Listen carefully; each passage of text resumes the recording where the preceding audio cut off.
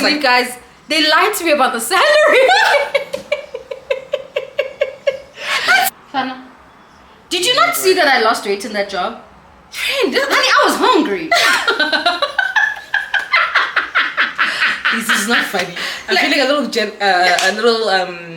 keep going. Yeah.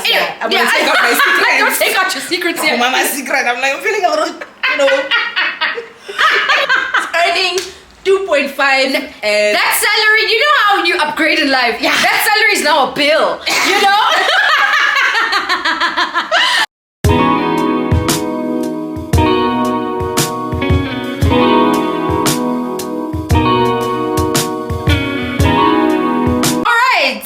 Welcome back to my YouTube channel, guys. My name is Luleka. If it's your first time here, happy to have you. Click on the subscribe button if you do like this video. For those who are back, as per usual, happy to have you. We are on 1,000 subscribers.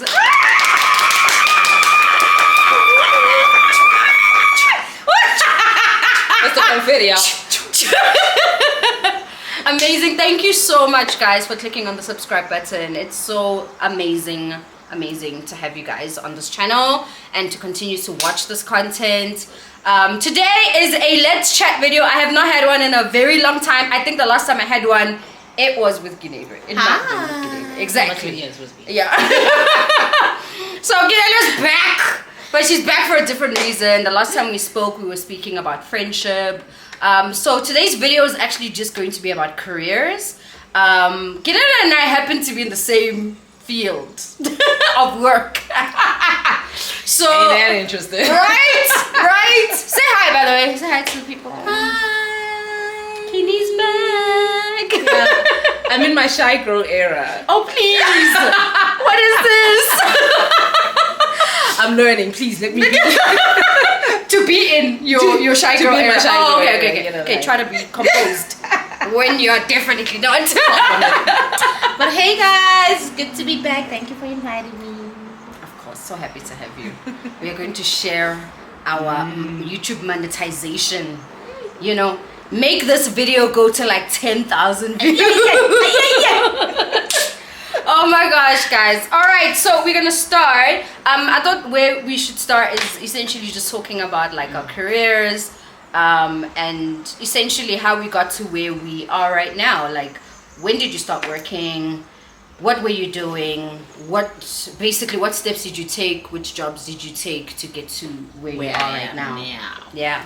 Right. Okay. So I started working. I graduated 2011. So yeah, I started working towards the end of 2011. What did you study? Sorry, I'm like taking you back. You're taking me back. Okay, so I'm a dux of nooks. Is that a thing? Okay. So I went to Tukkies, I went to University of Pretoria, and I studied BCom Communications Management. Don't ask me how I got to do BCom, because I think I was under pressure from my family. Yeah. Oh, really? So how did I not know this about you? Did you know the story? No, you tell. Because it was a thing of I knew that I wanted to work in events in like high school. I think it was like grade 7 was when I started really looking into the world of events, and I was really intrigued. So I remember we had to choose like our subjects. And I was like, okay, if I'm gonna go into this field of eventing, what subjects do I need to choose? This is weird. Yeah. So I went to like a couple of universities and open days, and I had chats, and they kind of told me what I should take. And then I was like, come the time when it has to apply. And I wanted to go to TUT because TUT has a course, an event management course. Specifically, okay. Yeah, I think it was a diploma or something along those lines. Yeah. So I tell my family like, oh, okay, cool. I wanna study this thing at TUT, and they were like, And I remember my aunt. How did I not know this? Because we were friends like during high school. Yeah, right. It was so weird because my aunt was like, I think my mom went and got advice from my aunt, and essentially the family then said that no, the way that you study. Remember, I had like the study table, slow and things like that, and they were like, no, the way that you study and work, you you should go to university and not a technicum. And I couldn't understand why. Okay. Because I really wanted to go to TUT. Yeah. And they were like, nope, if you want us to pay for your schooling, you gotta go to university.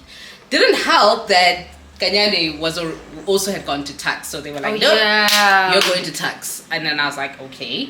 So when I applied, I only applied to tax, and I got accepted at tax. So you only applied to tax? I would apply to one university, and I was like, well, well, guess the cards are playing out. And I got accepted, which was cool, which was really nice. But yeah, I was at tax. I graduated 2011, and my very first job from tax was at Noogie Cookie Dough. I remember this. That was my first ever job in this whole wide world where I was getting a salary. You want to call it a salary? And it was promotions in a way. Gotcha. Yeah, but I was like the only promoter, so every single day I was going to different places around Joburg and doing that promotion, and my salary was 2,500. I've never Sana. earning 2.5, and That salary, you know how you upgrade in life? Yeah. That salary is now a bill. You know? I can't. Like, listen. That was like groceries. You know? Half the month. I mean, shoot. Yeah, so that was like my whole salary. I went to Noogie Cookie Dough, but from Noogie Cookie Dough, because I couldn't sustain myself. I was living in a flat. I needed to pay rent. And then my mom. I think you're paying rent two and a half.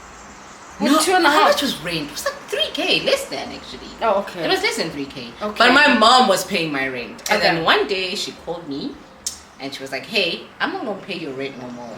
So come home. Yeah! Fire under my bum. I was like, this 2.5 isn't going to work for me. It was, my mom literally called me. She was like, I can't pay your rent pressure. anymore. Yeah. And it was like towards the end of the year. You know, because it was comfortable. Like, I was earning 2.5, mom was paying rent, and I was still getting my allowance. Nothing. And You're gonna adult right now. woke up I'm one telling morning, printed out my CVs, and I went to event management companies around Joburg. And I was literally physically taking my CV to all these places. Wow. And it worked. Because then I got the job at Mason. I love that lady. Yeah, I got the job at Mason. That was a whole conversation. We're going to get into that one. There's a whole conversation with Mason. Because I feel like I manifested that job. Really? And I'll tell you the story. But let me get it. Okay. From Mason, I was there for almost 4 years, actually. I was there for a long time. From Mason, I went to Terrapin. That was my first sales job. I was also there for like 3 years or so, almost 4. Moved to Corinium, was there for almost 2 years. And then, ta-da! I landed up at Digify, and I've been here for like 3 years now. I really be staying. I really be staying. No, so I was like, yeah, so it was like eventing, sales, and now it's project management at Digify. So that's like, yeah, but we can talk a little bit more about all these things. Yeah. Yeah. You, on the other hand, Yeah. Been through it all. was it Campus Square? Kind of, where were you? College campus. Hi, Mo. Campus Square. I was there. It's Campus something. College campus. Yo, guys. I finished matric. Guys, can I tell you, when I was in matric, I so badly wanted to go to Rhodes. I did. I wanted to go to Rhodes. I wanted to be an investigative journalist. That's literally the career that I wanted. You think so? I think so. Maybe. I think I've got attention to detail. In I that feel like kind of way. you were Deborah Petter's people. You know? Get them to talk. You see? So I really, really wanted to do investigative journalism. And at that time, my mother was going through the most with her divorce and stuff like that. And I just did not end up going to university at all. And guys, can I tell you, it broke all of my heart. It broke my heart. I eventually went to a college. It was really randomly chosen. It wasn't even like, It was just like, I gotta do something. I gotta do something. And my mom and I had been talking about what am I doing next year, whatever the case may be. And I'm like, okay, fine, let's just choose whatever. And then there was also Varsity College at the same time. They were actually part of the same group. College campus, Varsity College, and some other place. I forgot what it's called. But they're all part of the Advotech group. And that group is still alive even today. Even Varsity College is still alive, a thing. Yes. College campus still closed down, all their campuses, right? So I applied there and I studied a diploma in business management. Because in my mind, I was like, okay, at some point, I might want to be an entrepreneur. At some point. Might as well. Might as well just do that. Because I looked at all the other offerings and I was not interested in any of them. So I was like, okay, let's just do this, right? Fine, went to college campus. It was a very difficult time. It was not easy at all. Like, financially, I was at Raisin my first year. Could hardly pay the rent there. Just miss. Anyway, it's a whole story, that thing. We're gonna have a whole thing about university. Yeah. I'd catch the 5 a.m. bus. Yes. Yeah. What? Yeah. Oh my gosh. But anyway, yes. Guys, we've been through it. Don't see us looking all pretty, having pretty lives, please. We worked very hard to get to where we are. Anyway, finished school and I did really well in school. Like, I was like top 5, whatever. And then when we were finishing, there was a teacher, one of the lecturers actually. She was like, she approached me and one of the girls that I was friends with. We're not friends, not really close friends anymore. We're like acquaintances now. But back then we were like super close. And she was like, don't you guys want to work here in January? Right? Oh, wow. Like literally. Just like that. Literally, we were offered jobs. It was literally like, favor of God. Anyway. That's how you got that job. That's how I got that job. So I literally started January. This is 2018 now. I started working.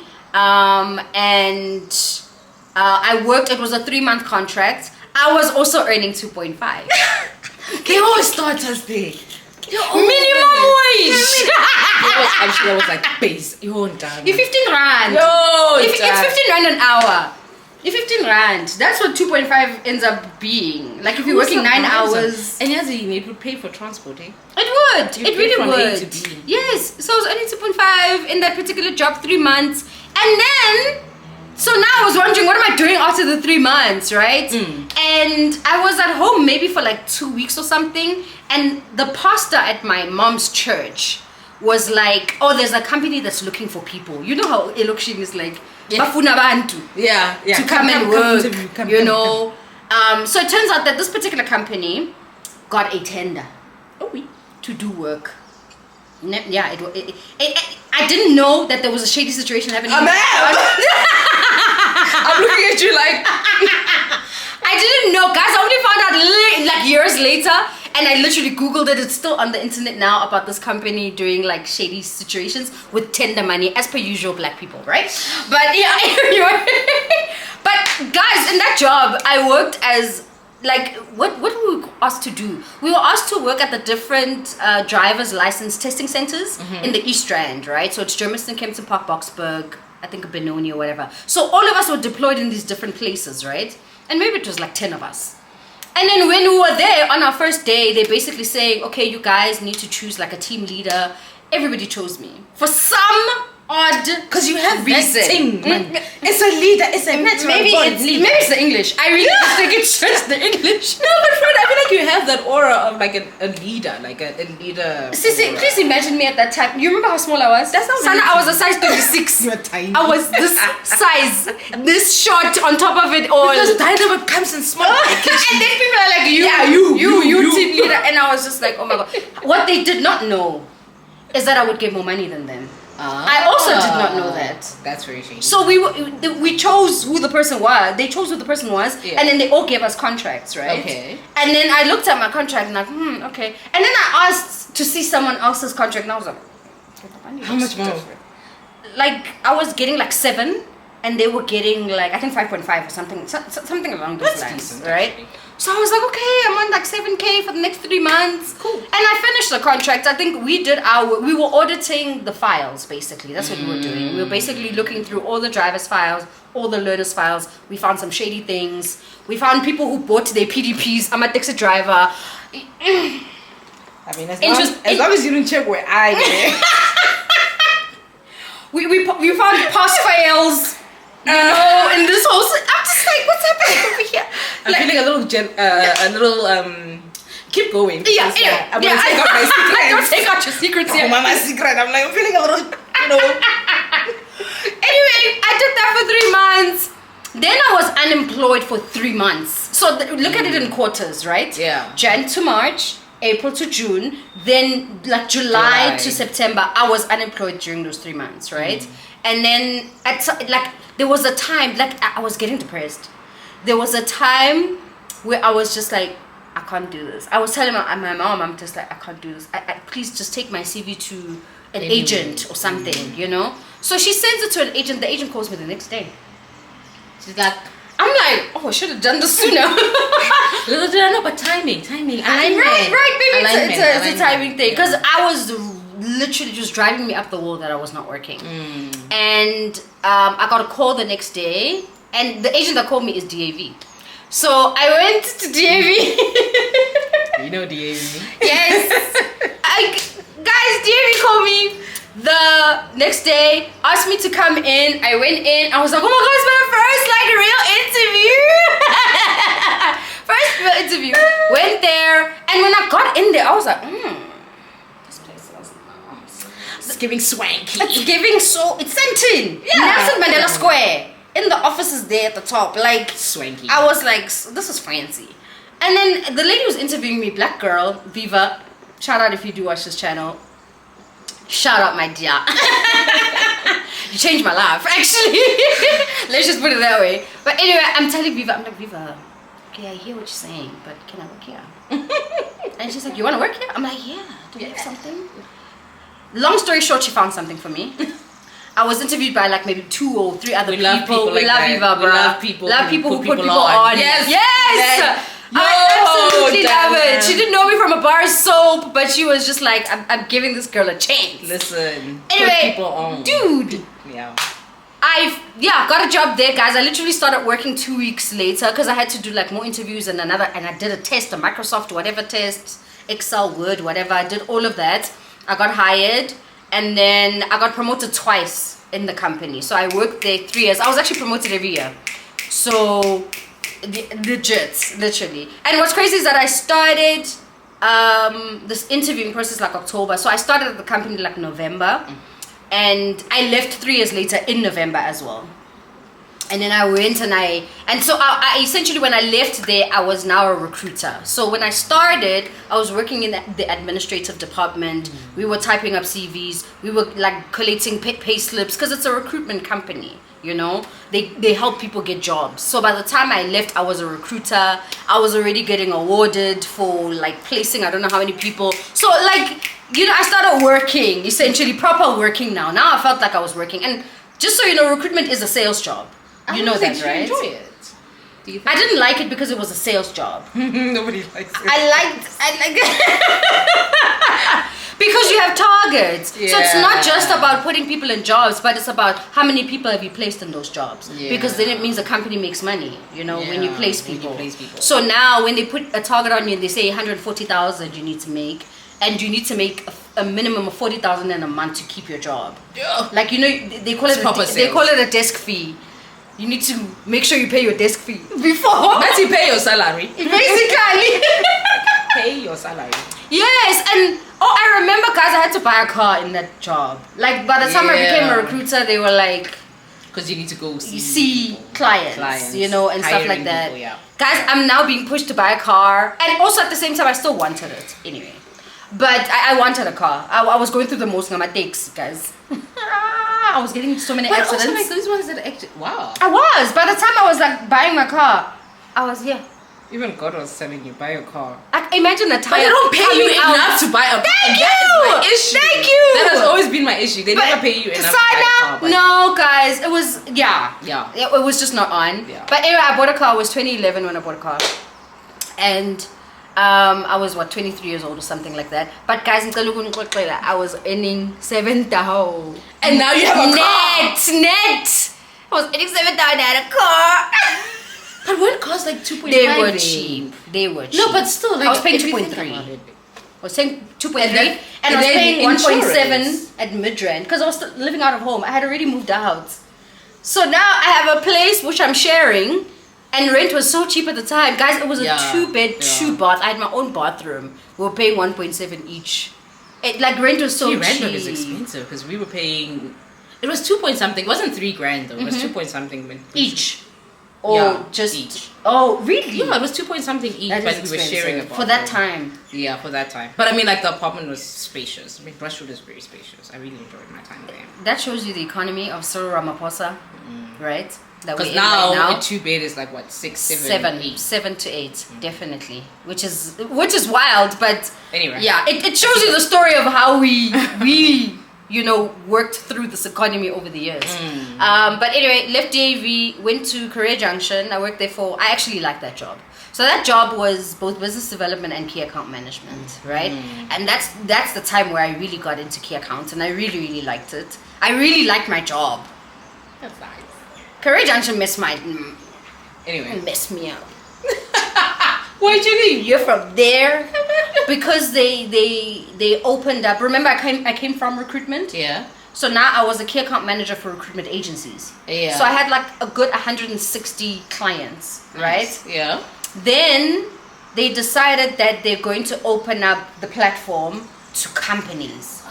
So it basically cuts out the middleman, which is the recruitment agency.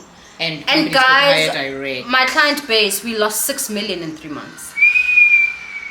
Which means I lost my commission from all those clients who decided to walk out. I was visiting clients, begging them to stay. I was visiting it was bad. Who made that decision? The CEO. Yeah, it was like a management decision that happened. Do people even use Career Junction anymore? They do. It's still alive. I know it's alive, but people. Well, to use it to find jobs. And then the corporate companies put their jobs on there. I suppose. Not the agencies only now. It's also corporate. But I when that thing was happening, that shift, that transition. People don't like change. It really messed up like my finances. It messed up. Like you should have seen my one pay slip compared to the other one when it was like two. It's so crazy. I left there without a job.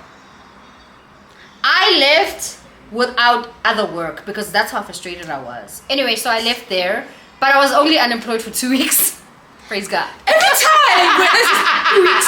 2 weeks. Okay, that was 3 months. And he was like, 2 weeks. Well, those 3 months were the only 3 months in my entire career that I've been unemployed. You actually had a little break, but it's like 2 weeks, click. Yeah. 2 weeks, click. Fam. And in my mind, I thought, I'm going to wait a long time to have a job. So I had 3 months of salary.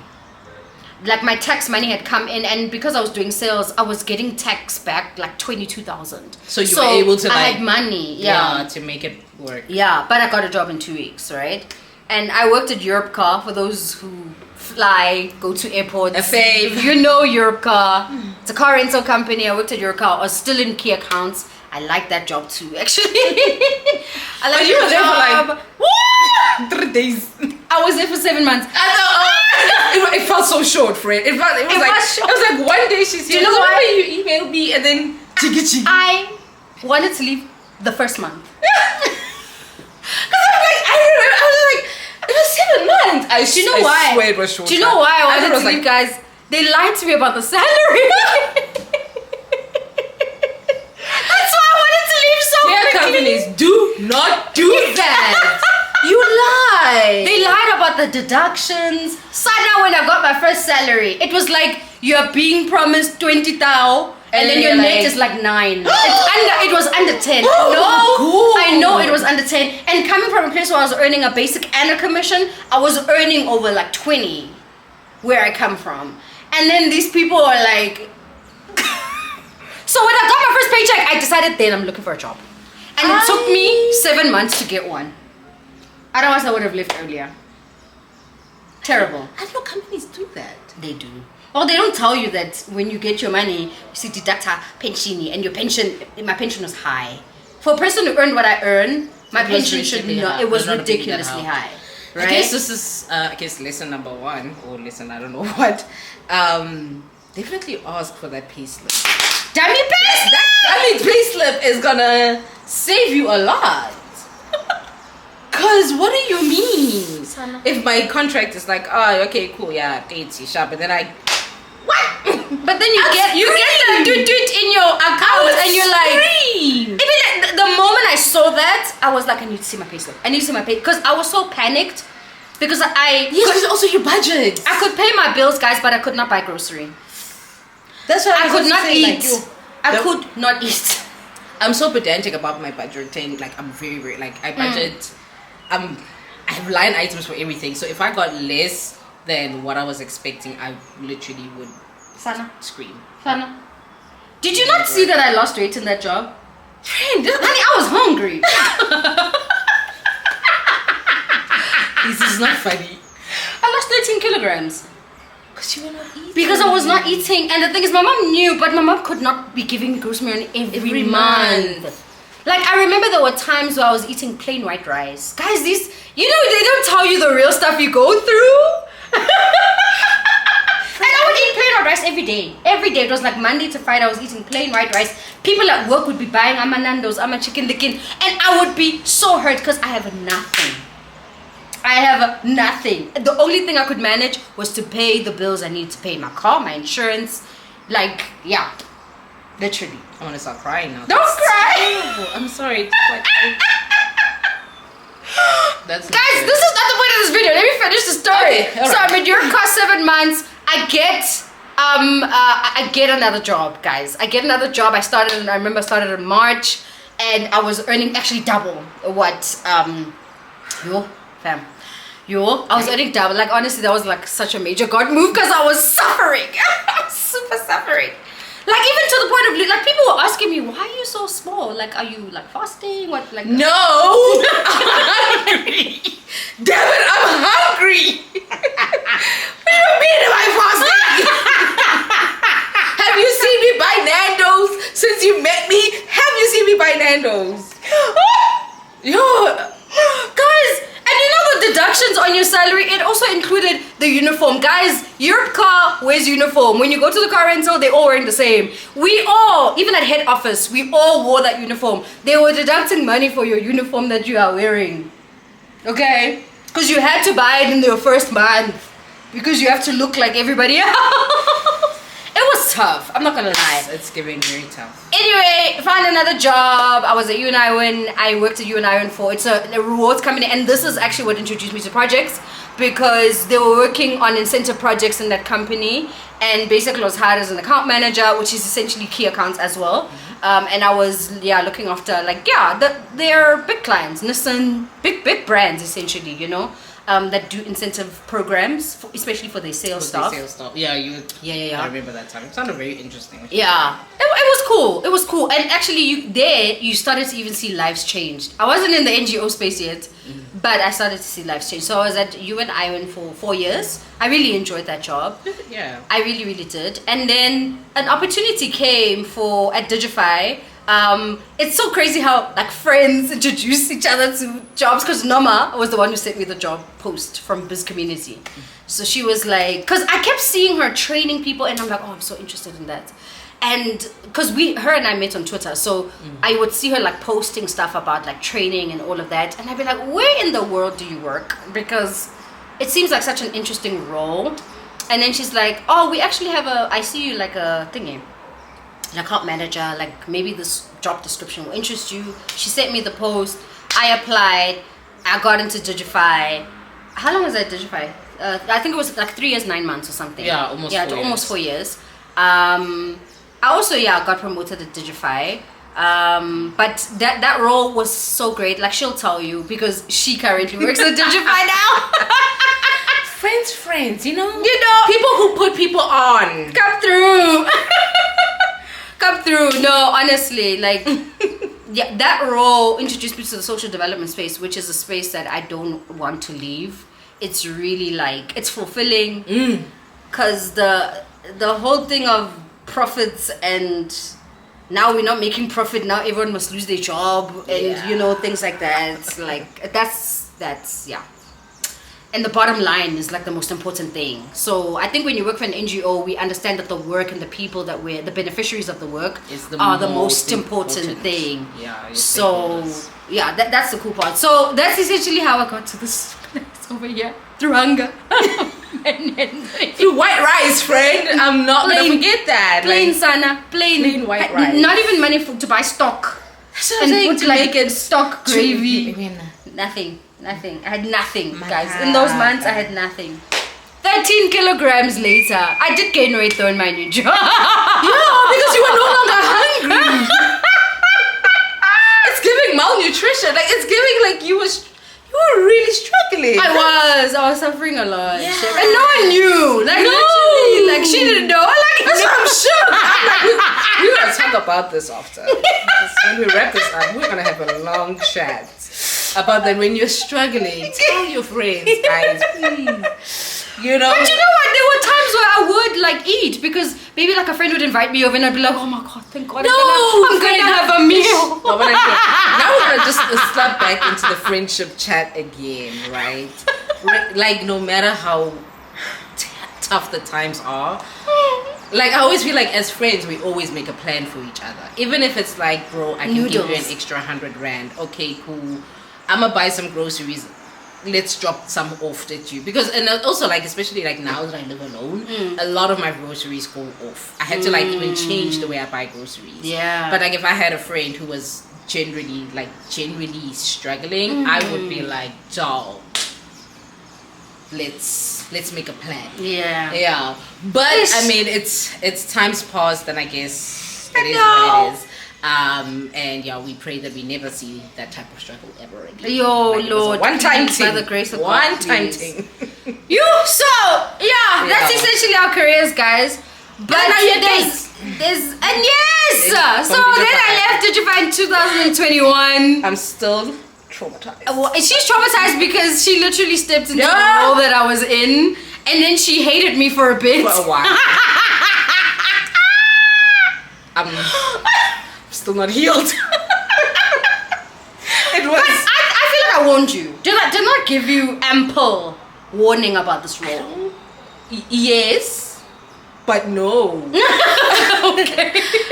And that okay, I guess we can talk about that when we actually get into it. But if we had to talk about careers, right, and me having to take over from you, I still feel like that the role. Sorry, by the way, the role was senior project manager, right? So I was a project manager. She was leaving, and they voted that I become senior project manager. Actually, no. Did you not become SPM before that? Because I got promoted to head of project. No, On the 1st of June. but I only got my contract when you left. But was it an SPM Yes. contract? Oh. So I was PM all the time. Remember, I was PM for Boost. Why did I think that you... No, but also you were starting to hand over things. You were starting to train me because. So I let did. me remind her what happened. did. They said to her that she needed to train me up, and then I was gonna step into SPM in January of the following year. And then this girl. After I left. Yeah, no. So this was before you even got the Gates job. Wait a minute. You so, were still training me, and you already head of. oh, they projects. had already told me that I was going to go into the role. You were going into head of projects. And then I had to train you to be SPM. Got so you. that someone can be SPM whilst you head of projects. Got you.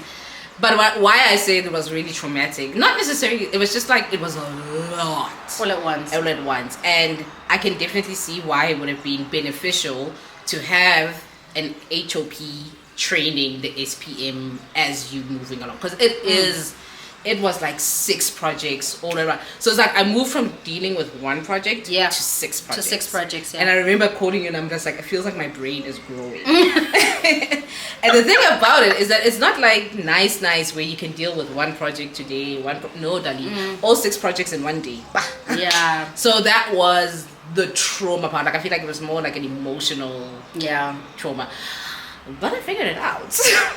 Because at what cost? Yeah, but I can tell you guys the things that we're gonna share like just now around, these are just things that we have learned in our careers to not only like be excellent in what it is that you do, but it's what makes you good for the role. Like that is exactly what when she said she figured it out, it's because she already had it in her. Like it was already there. Just had to figure it out. Exactly. Like there's things that you had in you in any case. There's disciplines that you had in you that allowed you to be able to step into it at some point. Do you understand what I mean? And that is true, because I actually had put that down here to say, like, when I now start speaking about the different things that I learned from each position. Got you. When I got to Digify, it felt like all the jobs that I had were now coming into one. God. Ooh. Right? That is true, right? It is true. So it was like my whole life and my whole career was set up for me to end up in a position like this. Yes. And the thing about, and the funny thing about project management, because I was talking to Tando about this, my first, not experience, but the first time I learned about project management was in university, because we had to do a module. It was OBS. Yeah. And I loved that module. I really enjoyed. I think that's like the one module where I think I probably got 80s. Yeah. I really enjoyed it, and I realized that eventing in its way is project management. So that's why I found it so interesting. Yeah. But I feel like if I graduated and walked into project management, I probably would not be as great as I am. So I had to go through all these other weird, all these other job titles and whatever they needed to teach me, so that when I did become an actual project manager, it was like, oh, okay, but I actually know this from that time. Yeah. However, with that being said, like, I think with project management, the discipline that we are in, the most important thing, I think, to be a successful project manager is work ethic. 100%. Like, you cannot be lazy and be in this. No. It don't add up. No. So I think maybe that's like for you, like if you look at your history, like where do you think your work ethic kind of like came from? To be honest, it comes from my mom, and I see that because of just how she was in J as a person, right? And even in her work, right? And how people really just respected her in her work. And my mom would also be somebody that gets promoted, at work. And I learned just to work hard just from her in general. But my work ethic was driven in by DAV. Why? So that job. Oh, guys, that job. DAV was a German company. Dot. Full stop. Need not say more. Period. We are running like an well-oiled machine. Do you know German cars? Do you know processes and procedures? Thank you. Do you know? Do you know? Like, guys, it was a German company. And for those who've worked with German companies, you know what I'm talking about. Come into the comments, you know. You know how they are. Guys, if we used to call it the German camp because it felt like a concentration camp. Like, we used to call it that. It's so funny. Why do we call these places? There's a place where my friends used to say you work at a cotton farm. Yes, replantation. Millennials have gone through a lot, guys. Everywhere there was and I used to hate it when they'd be like, "Girl, are you okay? Because it seems like you work at a plantation." I'm like, Sana. The work was hard. My work ethic, and I'm gonna add just the second point because Ginilo mentioned work ethic, but honestly, for me, my first point that's written on here: be early or be on time. Pick one. Because that is what the Germans taught you. You can be 2 minutes early, but you will never be 2 minutes late. Wow. Like, I am not tardy at all, okay? That's interesting. I am early for everything. I am on time, okay? But also it's great that you had that so early in your career. This is 2008, guys. I'm working in this company and everyone is strict. Go straight, go so la payana. You walk in a straight line when you work in a German company. And I don't think people realize that because I remember being a UNION, right? And one of our clients was BMW. And there was a lady in the company who was offered to come work on their side. And and they were offering her like a bar, like over $1 million. And she's like, I ain't going nowhere. She's like, when you go there, you sell your soul to the devil.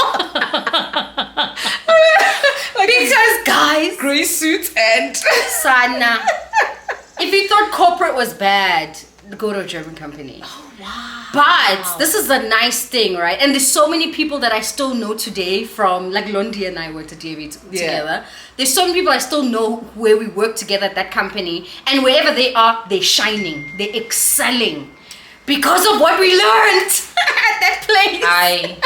I get it, and it's true because my work ethic comes from Mason, which was my first. I call it. I mean, like Nuki was great, but it was promotions. Yeah, you know, so you get up, you set up, you sell the product, and off you go. Yeah. But my first 9 to 5 proper was Mason, and I wonder what nationality.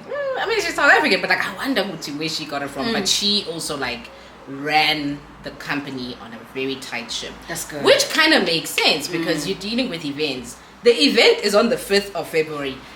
Regardless, which means that everything has to be done. You know, you must have your suppliers moving in. Everybody needs to be played. So I think what I would say to people when it comes to work ethic, if you can, like very early in your career, work for a company that is strict. Because it, like you say, like the people that I'm still in contact with from Mason days, like you don't lose that thing. Yeah. Because they can never take it away from you guys. Yeah, what are that thing they put in you? They can never take it away. Yeah. No one. So like the things that I do now, which are generally frowned upon, like on some why are you working on the weekend? It's because like my brain is wired to say like the tasks of the week must be done within. Thank you! Like, if the job ain't done, I'm not finished working. If the job ain't done, I'm not knocking off. Like the job needs to be done. 100%. So I would rather like if I know okay, my brain is dead, it's 6 p.m. I can't look at any other document. But I promise someone that I'm gonna give you the document on. I will wake up at 5 a.m. and finish that document so that you have it in your inbox. 100%. Yeah, that's a person who's lazy would never do that. No, a person who does not value work, who does not value excellence in their work. Yeah, but I mean, like I said, it's also frowned upon because now it's almost like you're working from a place of I don't know. It's not fear, but I guess it's like always being excellent. It is. There's two ways to it, you know. However, I'm not sad that I had that experience for my first job. Yeah. Because I will tell you now, it is the reason why I get promoted every single time. 100%. And just working through that. Yeah. Yeah, and it's so true that when people don't go into jobs where it's like this, because some people do get into jobs like this and they just like deuces, right? They don't. We had. I remember there was this girl that came. She worked for a week and she was like, "Nah, fam." She's like, "This ain't for me." She's like, "It's not for me," and I was just like, "Actually, you should try it out." You know? Yeah, you should try it out. Learn in those difficult environments. Learn, you know, because what I learned about the Germans is that in as much as sometimes they were mean, and in my mind I was like, I mean, they don't have to work. Oh yeah, oh, that's the first time I cried. Sana. And then afterwards, all of us, because every single Friday we would all go out drinking and drown our sorrows because of where we were. So all of us had this mutual situation. I learned how to quietly cry. You quietly cry. Went to the bathroom, had my moment, washed my face, came back with clear eyes. The eyes weren't even red. I was like, just cry because no, but guys, really, it teaches you to be tough. It teaches you to be strong in the workplace. But when you give of your all like this, everybody wants you. And it's like people can smell it. You know when you're in an interview and people can smell this one is a good one. This one is a catch. Yeah, what if we get this one in our company? Things are going to go right. It's like they can smell it, guys. No, I feel like work ethic is attractive. Yeah, it really is. It is. It is. Because I cannot believe that somebody who works hard is somebody that will sit there unemployed for 10 years. I doubt it. God can see when you're working, guys. You know, God, I really feel like God can see. And God, I feel like will reward you. Yeah. Reward you with the best jobs. Keep moving you forward. Keep moving you higher. I feel like He'll do that. And honestly, like I've been in quite a few interviews where when it came to like the candidates right at the end, and people would say, no, we're going to hire this one because this one seems hungry for the job. Like there's a certain thing. There's something, man, that's like, okay, no, you know, yes, they may not have all the qualifications, but they're giving off the energy of someone who is actually going to put in the hours to learn. Yeah. You know? And I know people are like, oh, don't give a company more hours than they actually pay you. I don't believe that. That's coming to the next point. What else do you have? I was getting that. It was like, but sometimes you also need to like make a decision just saying, are you doing this work, this extra hours of work, right? Is it for the company or is it for yourself? Because I feel like I've learned a lot in the hours outside of work. I learned a lot about myself, let me say that. In those little hours outside. So it's also like putting in that fine line. I could easily close my laptop at 5, easily. Yeah. But I also learned about a lot of things about like how my brain functions. Like I would have not known that 4 a.m. is when my mind is the sharpest. If I had never woken up at 4 a.m. to work. Exactly. Like my brain is incredible. I will fix like budget issues, questions, things that I didn't understand during the day. If I decide to myself like, you know what, I'm gonna wake up at 4 a.m. and look at this problem again, I will promise you I'll come up with a solution. So I feel like I had to wake up at 4 to realize that my brain is the sharpest at 4 a.m.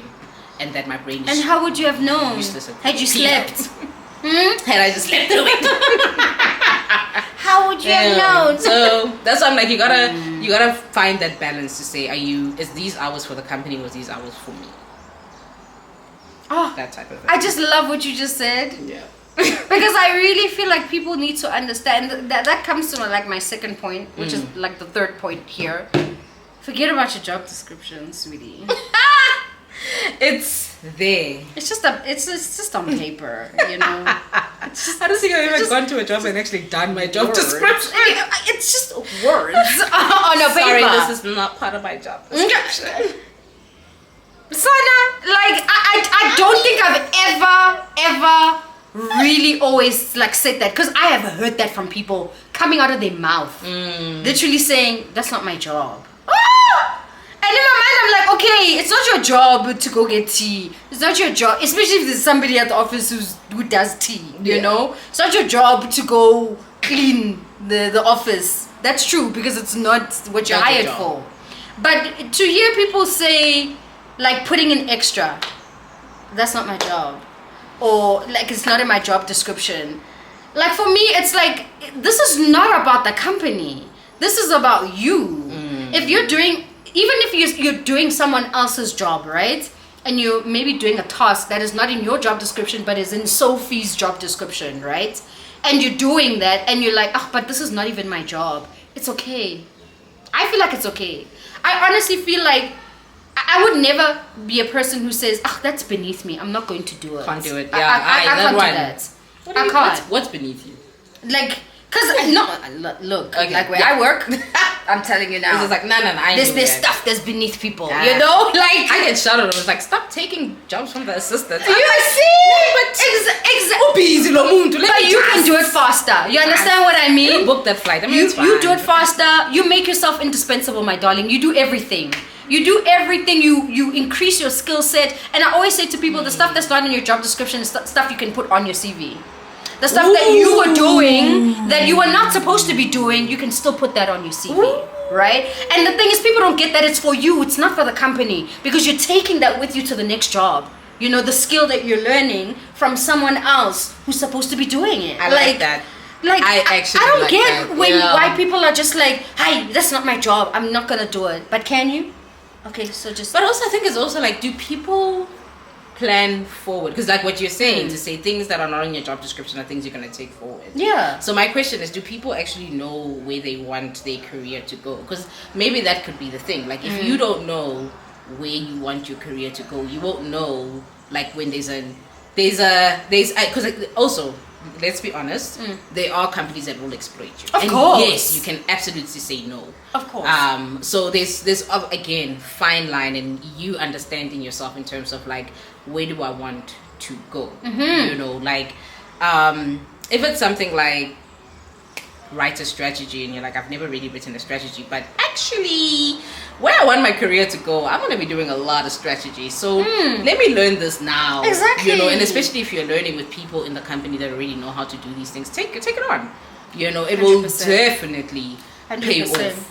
If I can speak about something in an interview, which is not even in my JD, but if they ask me Have you ever strategized? Imagine if the only thing I could say was no. Yeah. Because I never took the opportunity. Yeah. You understand what I mean? Yeah. But if I did take the opportunity and I said, actually, for Vodacom, I wrote a strategy about this, and this is how we actually implemented it. They can already see that, oh, you were involved in strat meetings. Yeah. Unlike if you said, this is not my job.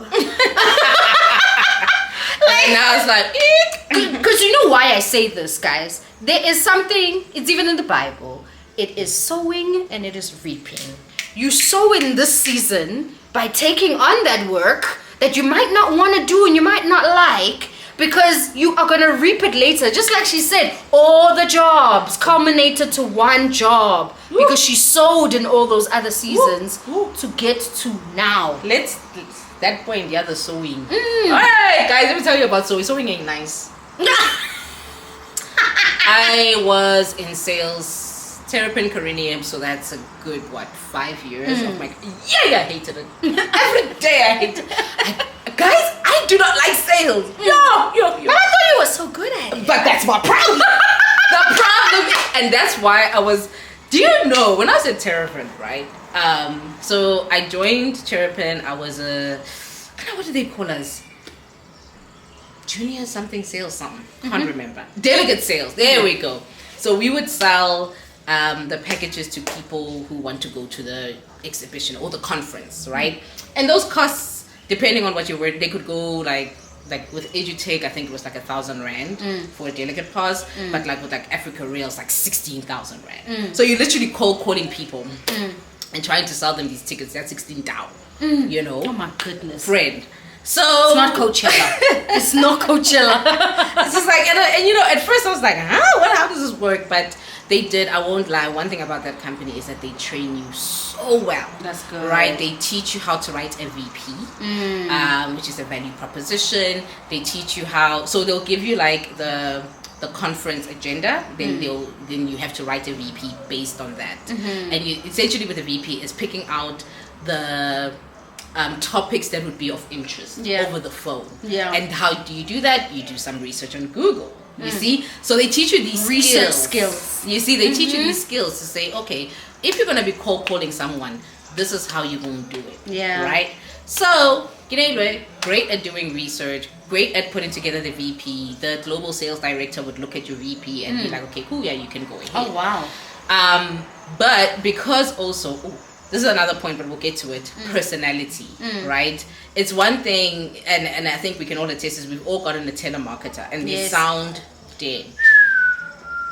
They are just reading you this thing, right? At Terrapin, you were reading, but I quickly realized that I had to throw in personality. Got you. And that's why I was so good. Oh, okay. Because I would be laughing. They want to talk to you. I would have full on. There was one, I remember that guy was proper flirting and I was flirting back. But he bought 2 tickets and I got commission. Listen, so you learn how to finesse. Got you. Right? So I was very good at sales. Then there was an opportunity to join the events side of the event. So it was called operations. So where you could now talk about the builders of the stands and things. And that's the stuff. I was really unhappy in sales. And I remember I said to God, I'm like, God, I need to figure out like where my next step is. Because I really don't like sales. I don't like cold calling people, dealing with people's nonsense. I don't want to do it. So I applied for that job. And I aced that interview. Then when it was time for them to offer, my MD sat me down. She was like, we don't want you to go to that department because you are our highest selling person. So when it comes to companies and bottom line, exploitation, you see, so they literally blocked me from going to where I knew I was going to be happiest because they wanted to keep me in sales because for them the money was important. I think that was a one time where, because I was so heartbroken, I thought that okay, cool, because we were like, okay, are you guys gonna make me team leader now? Like, what is the plan? But they actually gave me nothing in return for doing that. They took it away from you and didn't give you anything? They didn't give me team leader, and I remember because I kept like waiting for the email to come and it never came. But here's the thing, they kept making me do team leader things. And I remember I wrote this whole email. And I was just like, you will not make me train people, do the stuff if you guys are not going to give Give me me my money. the title. Did that not happen to me? Pinning it. So I was like, you can't say these things, you know. And I remember that they were like, no, but we don't want to move you there because the money is less. And I was like, but I would be happier. You know, whether the money is less or not, I was willing to take the knock because I was so unhappy. But a couple of months later, then I got promoted to the business development manager. Again, excellent training in BDM. Now it's like junior sales into senior sales. Excellent training. And that sales training that I got at Terrapin, I still do it at Digify. I was training two of our project managers on spin training, you know, because we have this new product program-ish that we're trying to sell. And it's really based on cold calling people and trying to sell them this idea. So I taught the girls how to do spin training. That's lovely. You know, so yes. And would she have? Had she not been at Terrapin? You know, so the reaping it up. the reaping was terrible. I was upset. I was but all of that taught me how to speak to people that I don't know. Like it taught me how to speak. And guys, in any career, speaking is important. It's so important. You know, knowing how to take a program and sell it. Learning how to sell yourself. You know, and learning my personality is actually quite a funky one. This is how I'm gonna finesse. You know, like those reaping and sowing. Everything came together because of what she was planting and planting and planting and planting and planting. And then when the harvest comes, guys, comes, it's beautiful. So just this thing that you're complaining about, that you're doing this job, it's for you. Just always think about it like that. It is for me, because when I leave here, I leave with the skill. And off I go. And off I go. And off I flourish. With my work ethic, here I fly. With my sales experience, here I go. Exactly. Upskilling yourself, actually. I have that too. I had learning. Yes. You know, the University of Google. I'm telling YouTube. University. The university. We're taking University of Google, YouTube, short courses as well. Yes. Like, yeah. Like I saw a conversation on Twitter the other day, where someone was asking, like, is it worth it to get like a Get Smarter certificate, right? Because those certificates are not accredited, and they were and I have two, and they worked for me. So again, you know, everybody's story is different. The first one I did was an event management one, because I was at Mason, and I was moving from like just an admin person into the world of events, and I felt like there was a gap of knowledge that I needed to really work on. So that's when I did my first Get Smarter certificate, and it helped me a ton.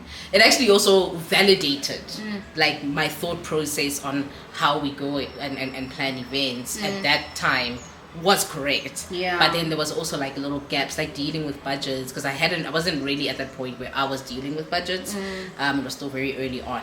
So short courses, I still think are very important in terms of filling in the gaps of knowledge that you may have, and also for validation processes. Because when I did the project manager one with Get Smarter, first of all, the only reason why I did it was because I was retrenched, and I was like, what am I gonna do?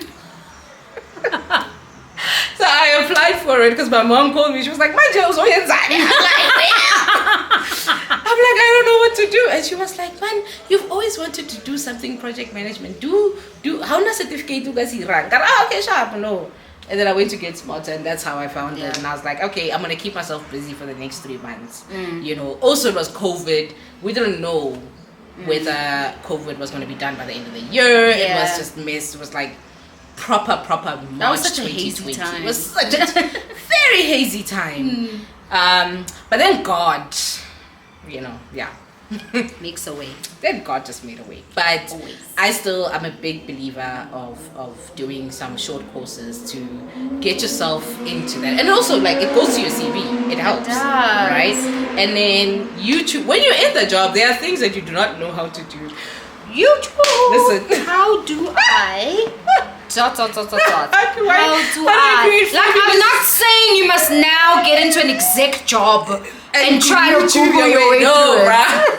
Like, believe me, can I tell you, people who are under you, they can see a fake, like, manager, fake chief, whatever. They can see right Yep. through you. And Yep. believe me, they're talking about you in the corridors if you're I'm out like, here this winging person it. don't know. Winging it without an MBA. Winging it without a management development program. Something. No, Like, bruh. they can see that. That is your friend. And like, it's a university, but it's also like it's your research. Like Yeah. recently, a couple of weeks ago, we were like, oh, we want to put together like an impact report. And in my head, I'm like, okay, yeah, I know how to do an impact report.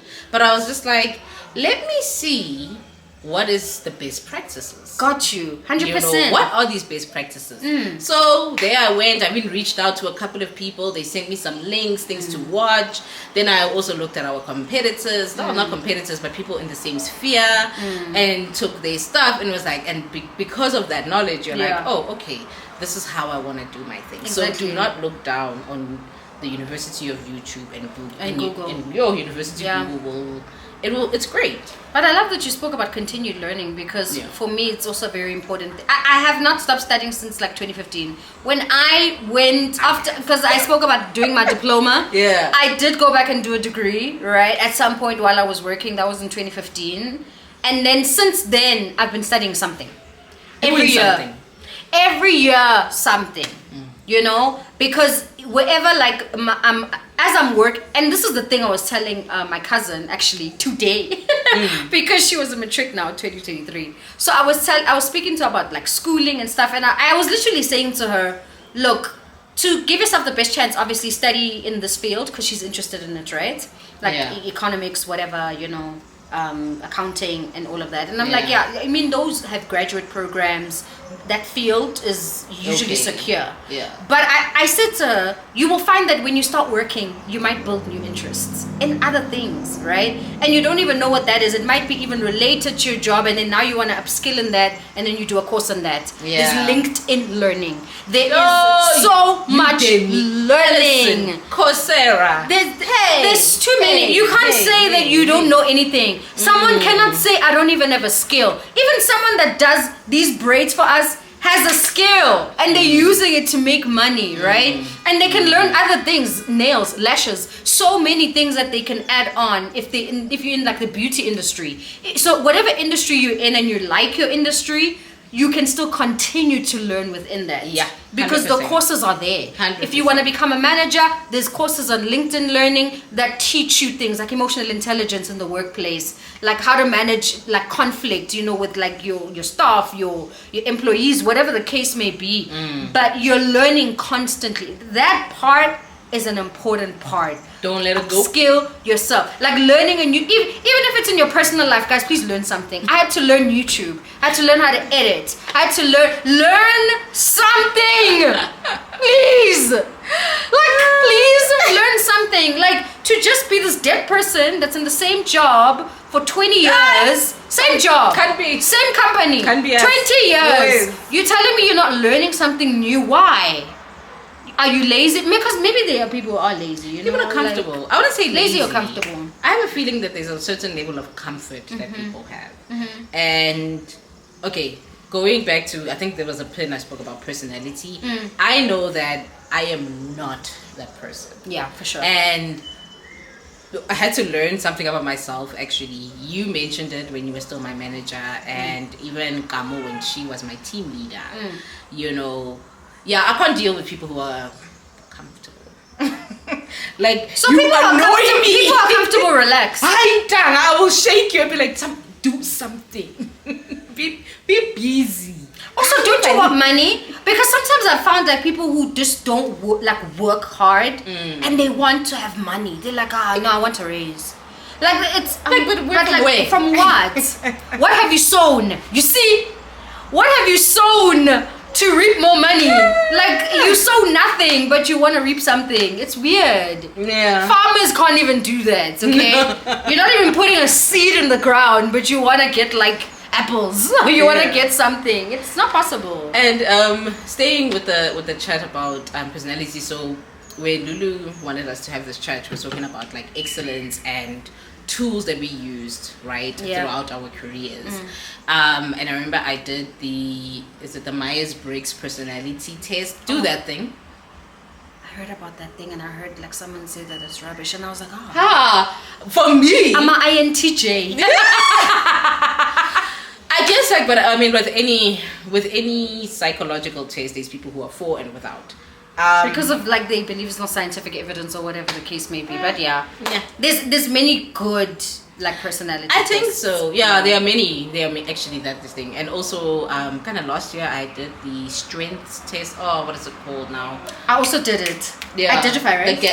No, it's a Gallons. It something like that. It was my mentor actually made me do it. Okay. The Gallup.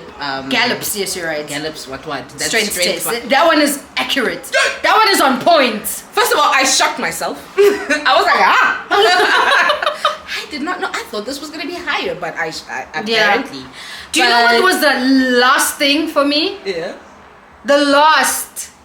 It's not even in the top 5. It's number last. Empathy. And I could not believe it. I couldn't believe it. You kidding me? No.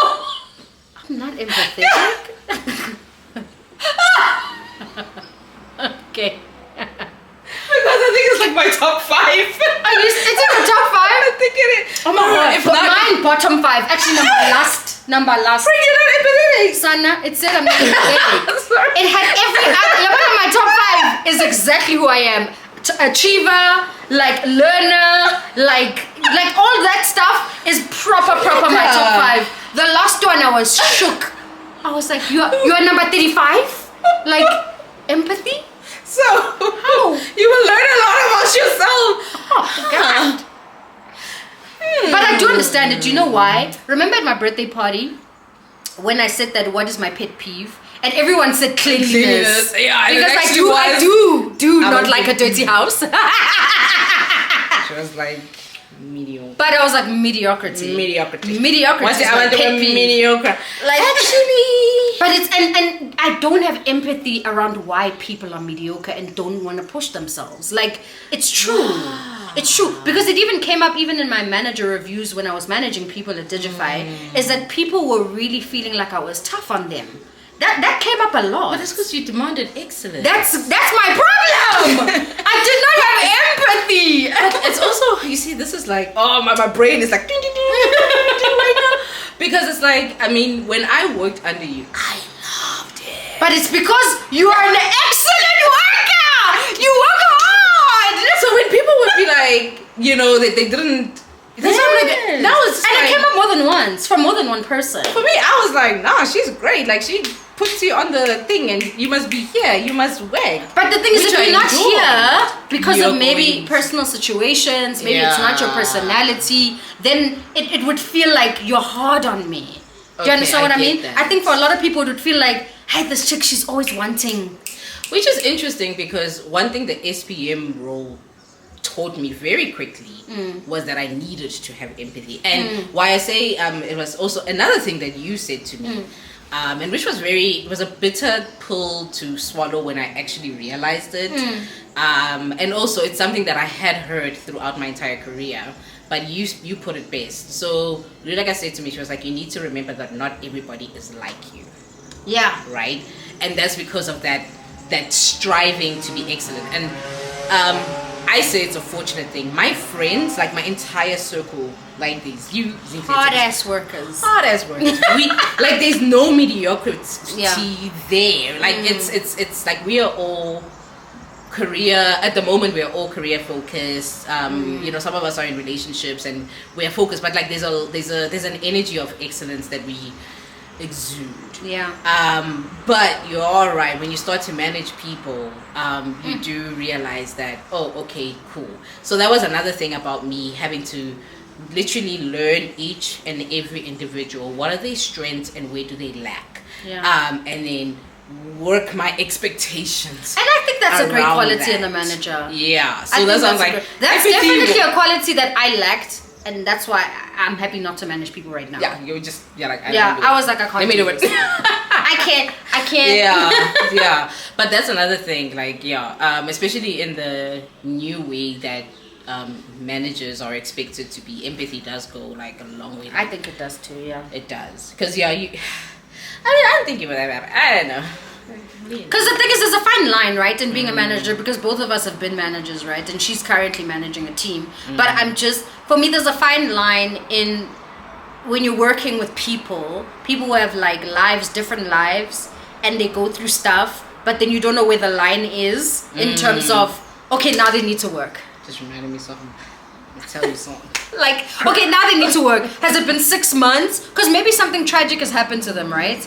And you don't know now when they are back to their, like productive self at the highest level. Because sometimes they're just skating through. It's literally like, mess. Going through the most. You understand? And I think there needs to be a level of grace for that. But then there needs to come a time where it's like, okay, what's the plan? Yini plan. Okay. Because and what's the plan? Because you guys, let me tell you, being a manager is hard. It's one thing actually in my world I never really wanted to be, but you're here. Sisla. It's hard work, but like I said, being a manager I think was a natural progression of everything, right? The things that I learned, and at first, like, I know when I was during the therapy, it was really hard for me to teach people, so I kind of picked up on that, like how to actually impart knowledge on people. So by the time I became a manager, it was like, oh, okay, cool, you clearly have a problem with this part, and I kind of know how to deal with it, so I'm gonna impart my knowledge on that. Got you. And then making sure that people are going up. And so far so good. I think I feel like I'm doing good because my team is really amazing, and they say some really nice things to me. Which like shout out, like thank you guys for loving me. Even though half the time I feel like I'm falling apart at the seams, but like it's really nice to have a team. And it was just me having to learn that there are some people who will get around to it. They're just gonna take longer. Whereas for me, it would have taken me a week. Really do have empathy, but this one's gonna take 3 months. Wow. But it's also a thing of the thing about teams is that there might be that one person who takes 3 months to get to it, but there might be other people. So it's also how you structure, putting the strong with the thing. And then the friction comes when the people who are strong are now feeling like they are doing everything. Got you. That's where friction kind of comes in, and then that's where you come in as a manager and you try to level things out to say, you can't let this person be doing your entire job, and when you're earning a salary, it does not work like that. Yeah. So even with you, as you go into the world of work, you need to understand, like, cruising is nice, but cruising is not effective. It's not. It's not gonna get you anywhere in life. You do not want to okay guys, we're gonna have a project, Lulega's on the team, and it's like why must we work with her? Like, and I know people are just like, work. The thing is, like, you spend a lot of your time working. Literally you're there 9 hours out of my day? Yeah, 9 hours of your day. So you actually decide whether it's gonna be a place where you're gonna have fun at, where you're gonna enjoy, or if you're just gonna be annoyed the whole time. Yeah. Or annoying. I think we've spoken about so many things here. I don't even know if you mentioned everything. But another thing that I do at work, just one final thing, is that I incorporate things that I learn that would be beneficial for my job. Like, I'm gonna make a very, very simple example, which is currently happening at the moment. Because I'm on YouTube, I create a lot of videos, I do a lot of stuff on Canva and all of that. I actually use that in my job. So skills transfer, literally skills transferring, like, and also just being able to speak in front of people, enjoying training. I'm not a trainer at work, but when I get the chance to facilitate something, I'm happy to do it, because then I'm like building that skill. And what I see with a lot of people that I work with, people who have had exceptional careers, exceptional people, who have done the most in their careers and they speak at these big events is that I would one day want to speak somewhere, you know? And you learn that by doing like facilitation, even in small little situations, that you are the one that runs the meeting. Yeah. Simple as that. Yeah. But you're facilitating something because at some point you're going to be up on stage speaking about something. You do a lot of speaking. You do a lot of radio interviews. I've learned. Like, I did not want. She did not want, but then she went on radio and she was like killing it. Yeah, Now yeah. Meta asks her to go speak at places. I mean, God. really? I was like, are you sure you want me? Yes, her. It was great though. It was a great time. Yes, her. She talks and speaks But then about the it's true. programs. It starts. Meta platforms, but it starts small. little by little. It starts small. Use your skill everywhere. So whatever you took from that other job, put it in this job. Actually, like I think the crux of this excellence conversation is everything starts small. Yes. Even your salary, darling. Hi. Listen. 2.5 darling. to where we are now.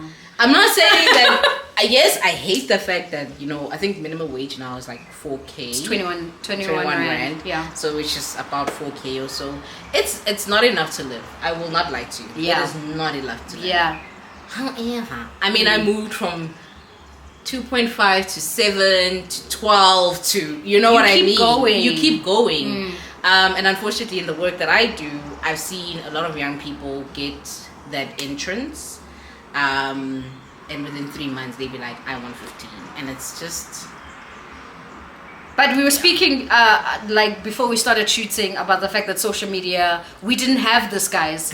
When we were starting to work, Facebook was the only situation. Thing. Yeah. So then came Instagram, then came the showing of people's lifestyles. Then came like, whoa, what are they doing to get there? And if somebody, for example, even on YouTube, for example, if somebody speaks about, this is how much I make as a YouTuber, and now you're looking at somebody that's getting 100K from working on campaigns and from YouTube AdSense, and now it's like, I need to do this because I want to get that money, because why? I also want to buy those bags. I also want to be, do you understand what I mean? There's a pressure with social media that we did not have. There's a major pressure.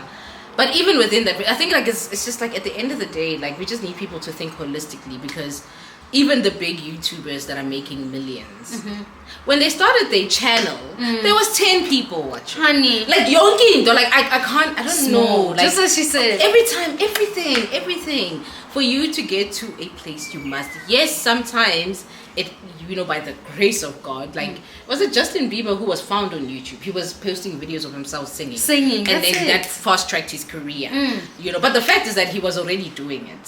So even with your job, it's like, the fact is the higher paying job will find you because you were already doing it. It will absolutely find you. There's no way, unless you just want to relax your way through, and then it's what it is. But everything starts really, really small. Your skills, building up skills, it starts with the first skill, the second, and off it goes.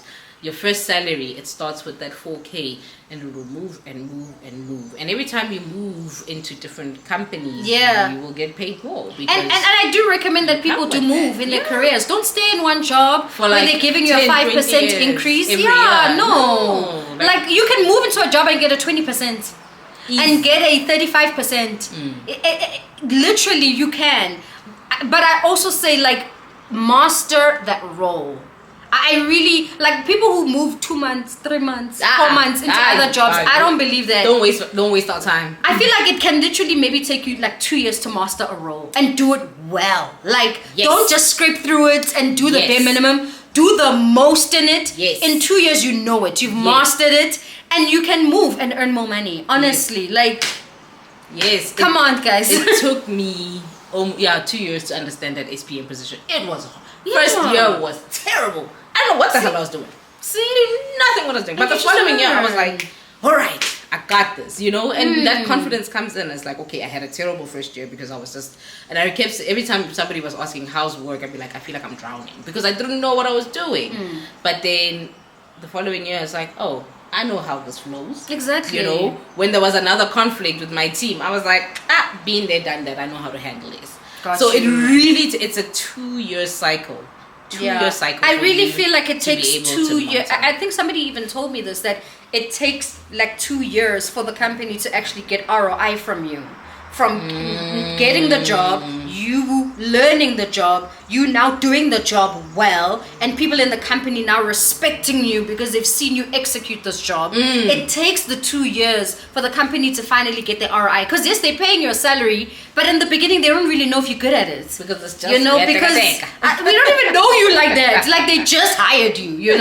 But Yeah. I think being promoted is even like you still have to learn again, but at least you're getting more money then, But I really encourage people to work to that level where people see you as the only option to put in that role, in that promotion, in that next role. You're the first person they're thinking about. Because can I tell you, when you're mediocre and you're just dangling there, It don't work. Because even for me to get that job at Corinium was because the one girl who I was working with at Terrapin, she left.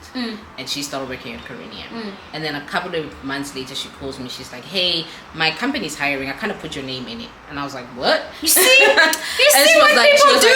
she was like, I really like the way that you work and the way we work together. So I put your name forward. Exactly. Got interviewed, got the job, boom. Exactly. Guys, you see when you work, people out They there, see you. they see you, They see they you. want to work with you. They just like, wherever I go, if there's ever an opportunity, I'm gonna call that one. calling that chick. Yeah, I'm calling that one. I feel like that too. Yeah. I feel like that too. Like if I see a position, even at Gates, and I'm just like, I read the JD and I'm like, oh, this one actually, looks this like- person, I know this person, Yeah. could be really great for this. I think and you just put Digify them is made up through. for people like that. I was like, I know somebody that can do this really well. Exactly. And you're like, friend, And you're you like, see apply, this. apply, apply, for this, apply. And like put people on. Oh, that's the last word here. Put people When you on. go up, bring the others. Bring because other others. people are gonna go up and they will bring you. Exactly. Yeah. Bring people along, Bring guys. people Bring on. people. But I'm not saying bring your cousin who doesn't work, No, who's lazy. no, No. no. Bring people that you know that when you look at a job description, you're like, this. They describe This is person. them. This is for you.